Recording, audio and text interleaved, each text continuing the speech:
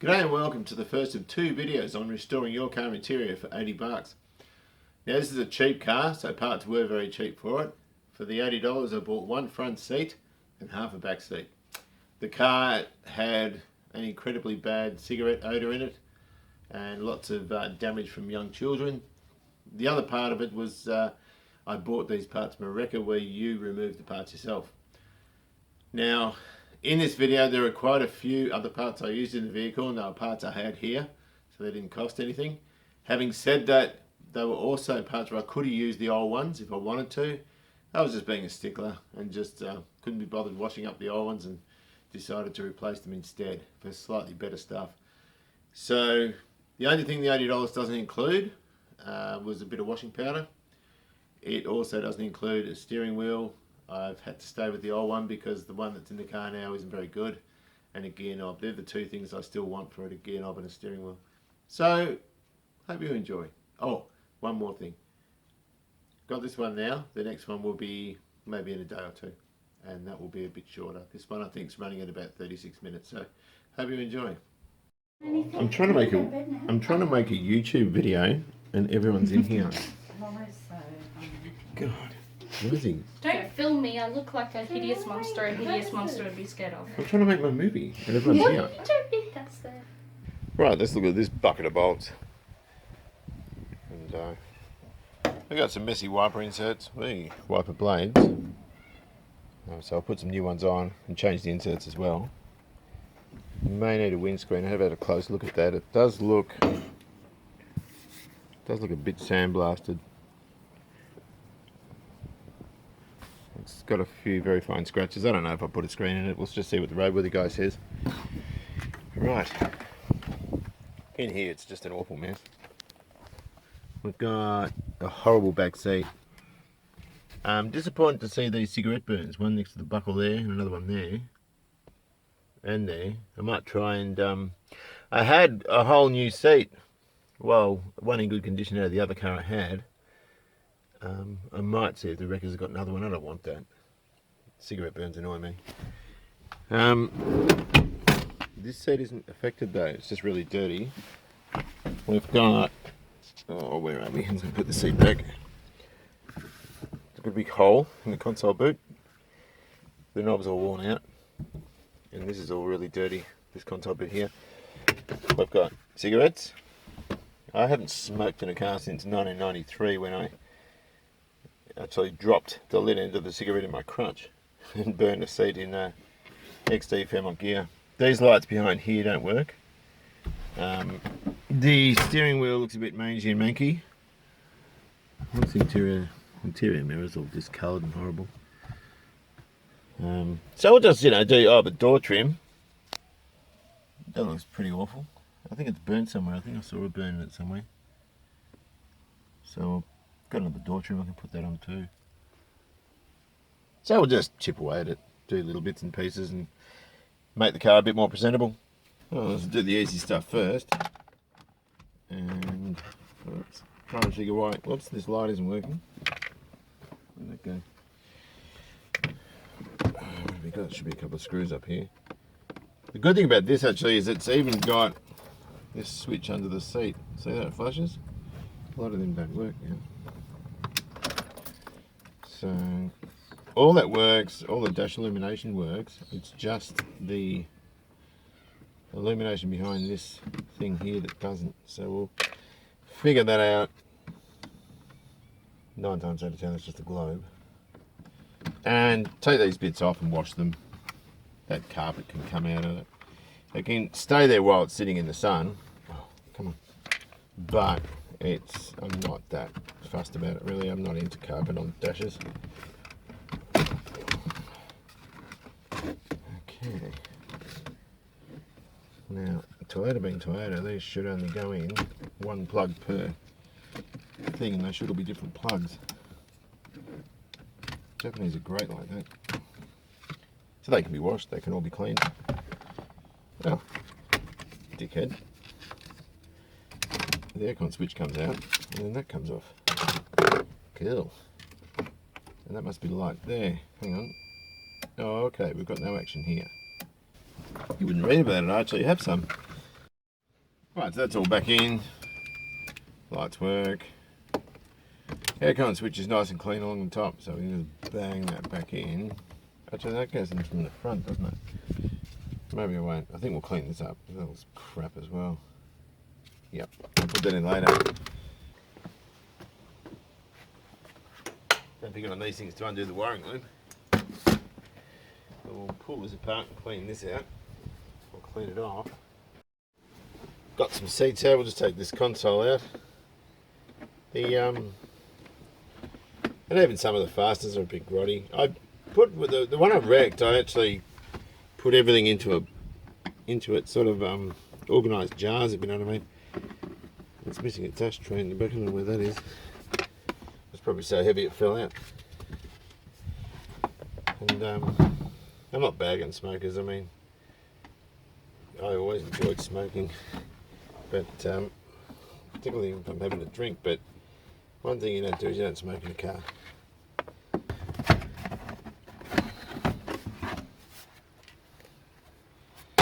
Clean up all under here. That's not as bad as Mum's though.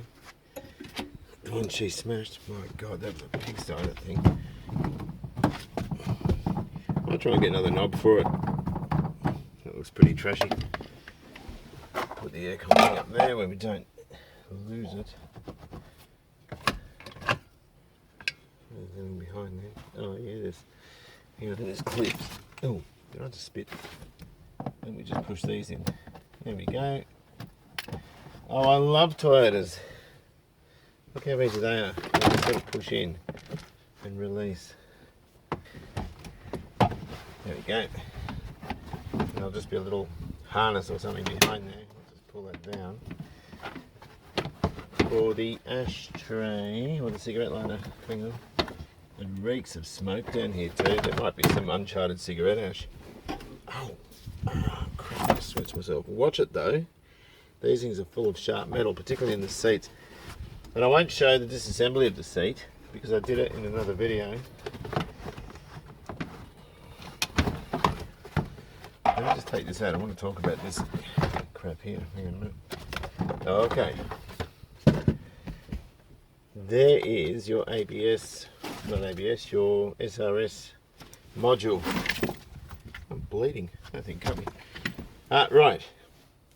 Toyota stick it in a bright yellow envelope, all the wiring for that, so you can't tap into that for stereos or anything. It is really, really dangerous to muck around with that. I think Volvo use bright orange, some cars use orange, some use yellow. Whatever is a very conspicuous coloured conduit, they tend to wrap in that stuff, or wrap that stuff in, if you know what I mean, to keep it safe. So that is your SRS module. Some are retrofitted, so everything is contained, including the switch and the steering hub. These aren't, because they don't just control the steering wheel airbag, the seatbelt pretensioners, which are hidden behind the B pillars. So they will be in behind here, and they're all part of it as well. So you're going to muck around with wiring in these things, you stay well away from that. Right, to get these off, these buttons here, I'm using a trim tool and try and get them out. Somebody they were very loosely sort of set up before. You got that Christmas tree type arrangement on the bottom, so when you put them through the hole, they retain, but these ones have got small splits because somebody's pulled them off. I know I just did now, but prior to me doing that. Now, one of the reasons I got this car, it probably seems, why would you bother, right? This is going to be my beater, my $300 beater to get to and from work and to do the takeaway food run. And I want to keep the mileage off my Commodore too, because the Commodore is really quite a rare spec. In saying that, this car is rarer. And it's rarer because it's a power pack car. And I think I'd mentioned that Toyota sold these at $13,990 drive away when they were new back in this case 1998, to compete with Hyundai, because originally these cars were a lot dearer. Hyundai cornered the market and they had this 3-year warranty and all this sort of stuff, so they absolutely trounced Toyota in terms of sales. And of course Toyota, Mitsubishi and so forth wanted to get in on the action.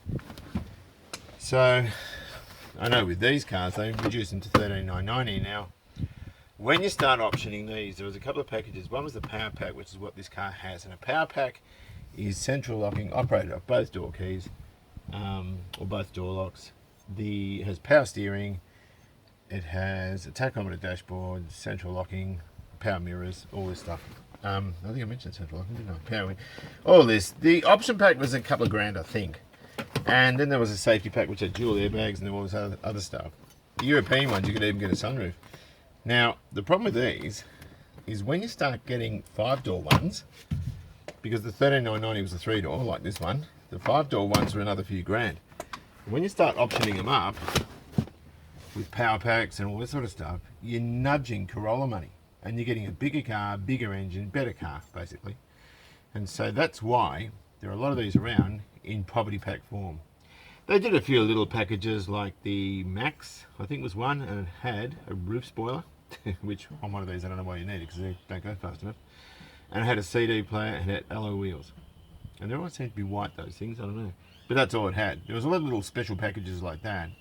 But as far as real options were concerned, then you were better getting a Corolla. But they came standard with power steering and central locking and electric mirrors. They came stock with all that stuff, and you got a bigger car with a bigger engine. So that's a bit of the reason, or one of the reasons why this thing's so rare. It has got a power pack. And my red one that we did this Cyclist Hates Toyota sort of series on, that was another car with a power pack as well. They're actually quite rare.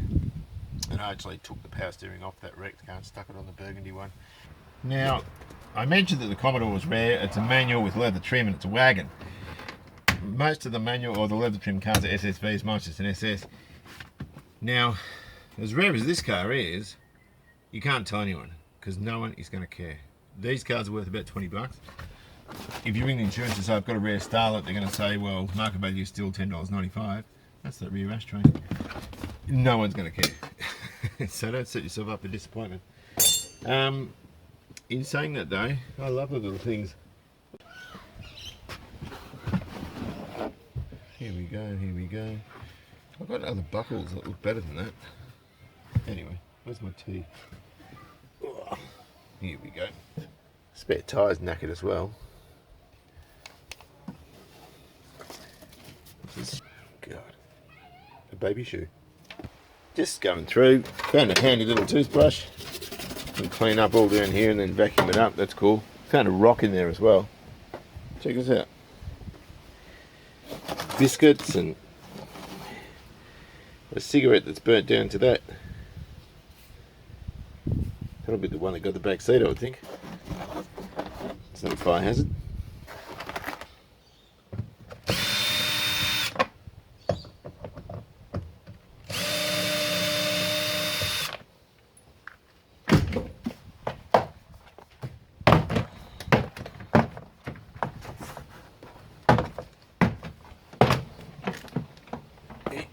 Second, we've got a wire. There we go. And that's Toyota's answer to quietening door trims down. Spouting foam. We can clean that up and reuse it, that's fine. And of course that switch will just pop out. Rather than taking the covers off to wash them. They're a little bit dirty, this one's pretty good. But the rest of the seats are in a pretty bad shape. You know, for example, that's the one off the passenger front seat. That is, I would bet, a sugary drink. The easiest way to do it is to take the cover off, bang it in the washing machine. I did a whole video on removing or stripping down the front seats. It's my most successful video actually, and it's not a very good one. It's how to clean your car seat upholstery for less than $1 or whatever it is. And the dollar refers to washing powder. There's the front seat out of interest seat. There's a little pressure switch when you put your bum there. It tells the driver, flashes a light, and lets the driver know that somebody is sitting there and needs to put the seatbelt on. Anyway, let's turn him around. We have a few things here. We've got beading with hog rings or C-clips if you prefer. We've also got listings that have wires in them. They just twist off. Throw them in the bin, you don't want them in your tyres or whatever. I'm being a bit rough with this and it's already twisted the crap out of the thing, but those wires will just come out. Toyota are one of the only manufacturers, in fact they are the only manufacturer I've ever seen, that sometimes they have a little red clip either side to stop that wire sliding. Now that can't, it's pinned down fairly tight, but some of the internal ones for these seams here can on the front seats and they use them there. The other thing we noticed about working on these seats or most Japanese seats, is they don't have rolled edges. They've got quite sharp edges in them. So we'll just pop that listing wire out, because we can't put them in the wash like that. Another one. This doesn't use one, as I said before. There we go. Normally with this sort of thing, we'll just undo that knob. Can we see down here? You probably can't see what I'm doing. This is a bit overkill, but this job is a lovely fluffy little bread and butter gig, which is so much easier and more pleasant to do than some of the other crap I've got going on right at the minute. Actually, I'm going to unhook it from the bottom first. That's going to be a bit difficult. We just push it through like that. And there's the dog in the window. There's another one down here, another listing wire.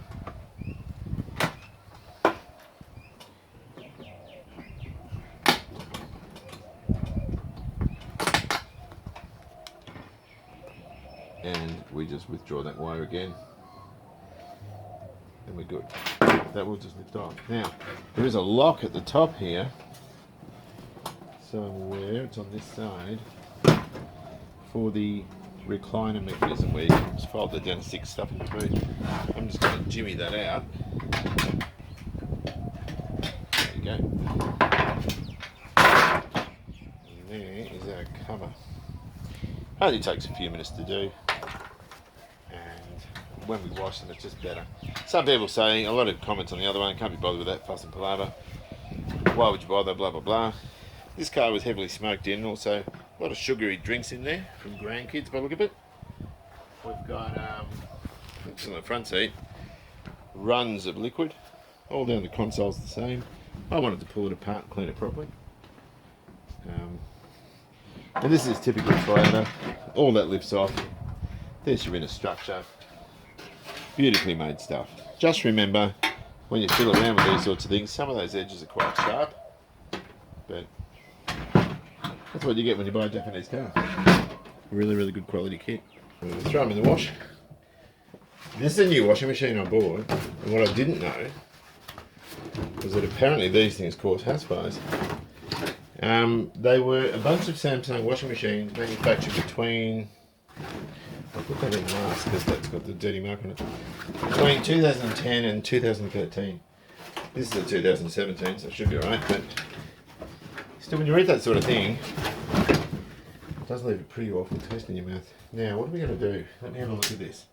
Actually, I'll put some powder in. I'm going to put an awful lot in. Let me just see what the heck we can do with this. Shut up. I think we're just doing a quick wash. Let's just do a quick wash, and I want the water level high, and I want a high spin. Anyway, let's just try it, see what happens, eh?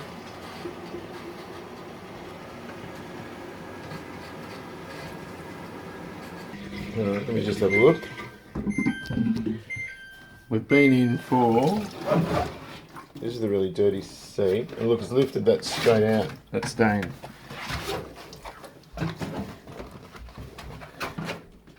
It's just been through its first wash. I think that's a win. I think that's going to be fine. So, now I'll have a look at these old seaty covers. Which bit's that? That's part of the back seat. Look how well it comes up. Beautiful. That was just on a short wash. Hopefully it was out in the sun. And that's the front seat. That one wasn't too dirty from memory. But it's bloody clean now. So put that there too. The really bad one was this. This one we sort of plucked out of the wash before. And look at that. I bought one. You can't even see where the stain was. This is the best gear boot I've got. It's got a pinhole there. It's been cleaned throughout its life quite a bit, and it's lost its sort of leathery finish, if you know what I mean. Or the colour on the vinyl is sort of dissipated. I think I'll pop a screwdriver into its bum and give him a paint job with a bit of this stuff. Don't look at the lawn. I need to give it bit of a mow. Oh, look at that. So I'll just dust the light coat on first. Let that go off and we'll give it another one, eh? It's a bit better than nothing. I think it's already gone off. Let's give it a second coat. Oh, well. You can go a bit heavier with this coat, even though it is 15 seconds after the first one. And look at that. Can we even see that? I can't see what I'm doing on this thing. Yeah, there we go. Cool. Cleaned up a couple of consoles. The original one from the car is here. I think we saw that. It's got a few marks and burns in it. This is from a car which I know is GD256. It was that silver one that I got. I was going to do it with my son. He lost interest and he wouldn't go near it. So I was a bit disappointed. Anyway, the parts on it, see the anodizing in there, were much better. The car was never smoked. There's a few scratches on it which I've done since they've just been kicking around the box. This is the original one out of the car, as opposed to that. So I think we'll use this one, even though it's got a few battle scars and stuff. Things like this for the headrests. That's a good one. That's a crummy one. That can go straight in the bin. I want to throw out as much of this stuff as I can because I'm not going to use it. So I've got a bunch of wiper inserts and blades. Sorry, wiper blades I should say, and arms to be painted. You can see it's all flaked. That's a satin rattle can job, that. So there's 3 there, but I'll put them to the side. Oh, I wouldn't mind sprucing up this. Hang on a second, I'll be back in a moment. Probably should have used the one without the busted tang, but we don't care. We'll pop this in, screw him up, and then we'll get our lovely, there's a few dodgies I've done, and this is complete overkill, but you've got to understand, sometimes when you're doing big jobs, I'm doing a few big jobs now, stuff like this bread and butter stuff, it's actually really good fun to do. There's a new cigarette lighter, of course it's all nice and clean in there, so we can pop that in. And an ashtray, which we've given a satin black paint job to the to the handle. So that's all like brand new. Chuck that in. Still a bit tacky. And of course these little guys here just clip them underneath. So just put him in there. Whoops, there we go. Is that in that bottom one? I don't think it is. Hold on a sec. Now it friggin' is. There we go. So we've got that bit. Of course we've got our ashtray, which is lovely and clean. That's the original one out of the car. It's been smoked in and all that sort of crap.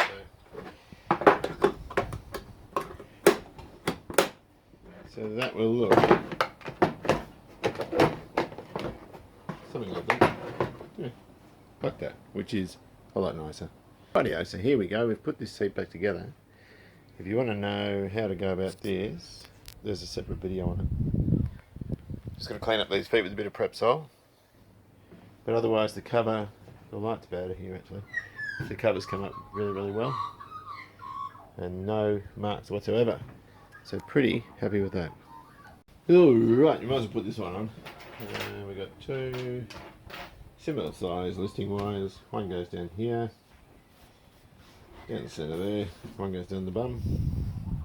The padding's on properly and that little release mechanism is poking through the hole. And I'm just going to fold this back and just clip this in. And what we're using today is we're not using hog rings or C-clips. We're using netting clips from the local hardware shop. Very cheap. And you can get those sorts of, you get proper hog rings which are sharper than these are blunt. These are pliers that I had when I was at Super Trim 32 years ago, which is a long time. It was 1985.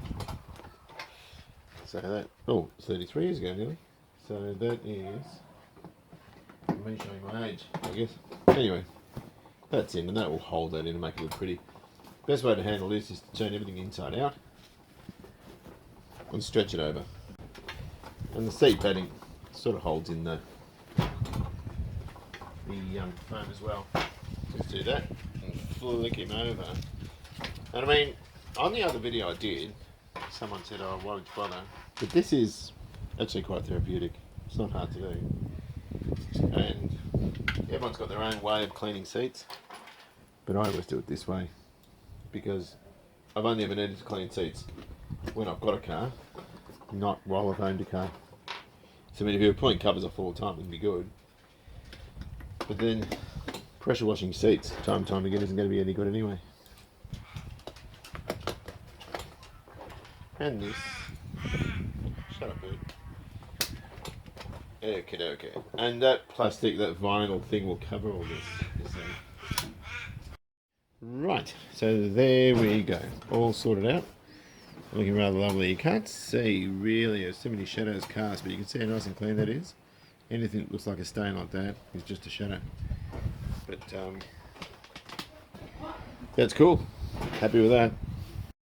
Trying to find this other starlet down here.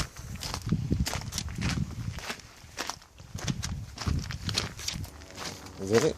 No.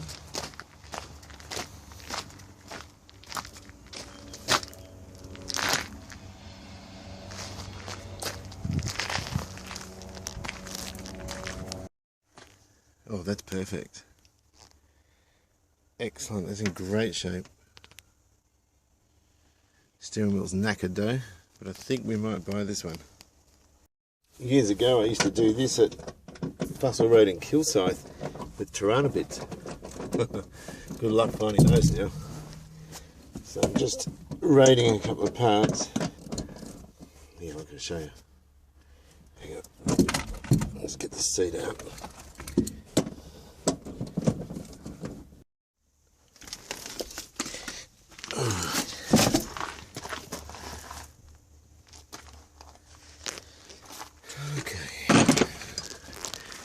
Got a nice new seat with a slightly bent frame. We can fix all that up. Alright. See you, little guy. Right, so let's check out the Bounty. Here's our old rear seat. If you remember, I was talking about cigarette burns and this sort of thing. Where I found that half burnt butt, it actually chewed into the seat there. Those marks, they will come off. But I wasn't interested in using it. There's just too many burns. There's one there, they're all over the place. This one here I picked up. In very good condition, that'll wash well. We'll get a thing to remove that dog hair. Looks like dog hair on there. It's got a bend in it because someone stood on it. Here's our old driver's seat. And you can see there's a tear. And all your cigarette burns. Another tear in the squab. And of course, if you come around here, it's all opened up. And the foam's affected as well now. If you remember, I did the first cleaning a car trim for $1. This was the base of the one I did.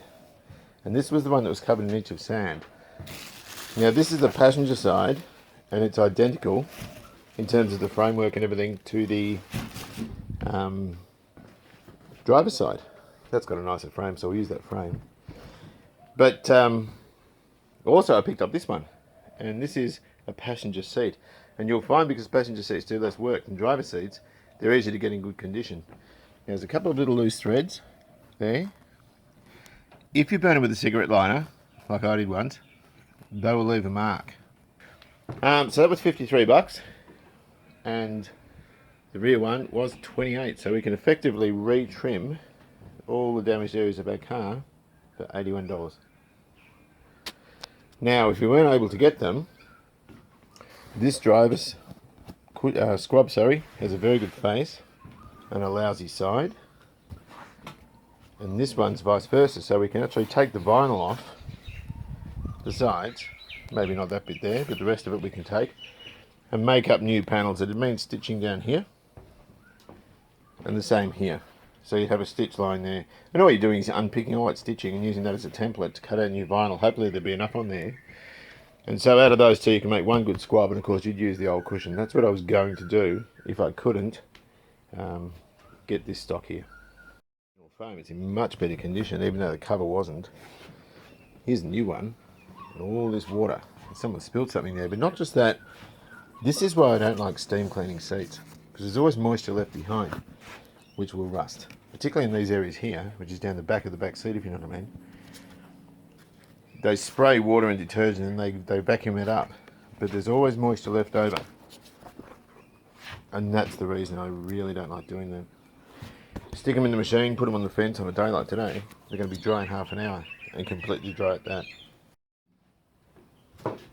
I used to do the roadworthies for a Prestige Kayo, and they used to have a Nissan dealership as well. And I used to see the cleaners and detailers power washing in the door jambs and using water to clean the seats and all this sort of stuff. And it wasn't, you can't really do it any other way in a yard. You can't be doing what I'm doing now. You'll lose too much money in labour. But there's no such thing as a quick job with this. Well, you can do a quick job, but you will get some moisture down into your listing wires that are going to rust and cause them to rust. And if you're selling the car, it doesn't matter.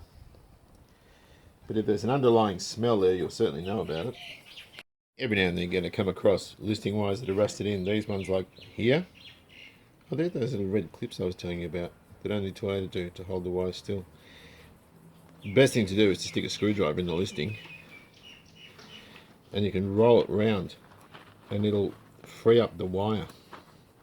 This one's caught at this end. We can unpick it from behind, if you know what I mean, so that eventually, that's still caught, here we go, eventually you're going to be able to remove it. Because otherwise if you just tear it, it'll just rip the listing out and it's no good. You can't use it. And we have to take all these wires out to wash the seat. Now when you wash these things, animal hair won't always come out. If you haven't got a lint remover, you can use a slipper or something with a rubber sole and it'll ball up the hair. And that's how I get rid of my daughter's hair, not that they're dogs, off the carpet when I'm vacuuming. Right, well we've got this at about the level we want to undress it. So, neighbours. So I think we'll give it a good vac. Do we pull the carpet out? No, that'd be ridiculous. We'll give it a good vac and start putting it back together. Yeah, I think I got carried away. I think we all knew it wasn't going to stop there, didn't we? Anyway, let me talk a little bit about this. I've given it a clean, and all I've used is a vacuum cleaner and this child's toothbrush, which I found, well, in there. Now, this is comparatively dirty. I've pulled 4 interiors on these cars apart. Of course, the burgundy one behind me was one of them. The red car we stripped down after it was damaged. The silver one, which we wrecked, which we didn't want to wreck, but we did, had to make room for the Plymouth, and of course this one here. The cleanest was the silver car, which ended up going to the crusher, and that was, I power washed the shell, where this one hasn't had any liquid, apart from soft drinks and that sort of stuff spilt in it. So I just want to point out 1 or 2 things. This is what you get with a 20-year-old $300 Toyota. It is absolutely brilliant, and this car was not looked after very well. There's stains on the floor from sugary drinks where dirt and that sort of thing has stuck. If we clean this further, we'll get it absolutely spotless. Now, it just seems a waste. All the cars you see like this, or of this model at the wreckers, are in this condition underneath. It's absolutely lovely, and such a shame and such a waste. Now, I'm going to change the carpets, I think. One of the reasons I took this all apart was because of the smell. I want to eradicate that smell. It means washing down the headlining, but the carpets were full of cigarettes burns, and also there was a lot of odour came out from behind trims when I pulled them off. So, but you can see how well it's preserved. Now, I've never seen one of these rust. Here's the inside of the guard, and if we look down there, it is completely spotless. Now, the only time I've ever seen these rust is one I had was torn up or torn open there, and the only rust on it was on the edge of the tear. They're plated in something. It's like galvanizing, but it doesn't look like it. Whatever it is, it's completely rust free. Now one of the biggest rip-offs is this stuff here. That's that Ming anti-rust stuff you get. The only issue is this crowd have put it on that side, but not on this. So I don't know if the driver's sides rust more on these cars, but whatever the case, they don't seem to rust anyway.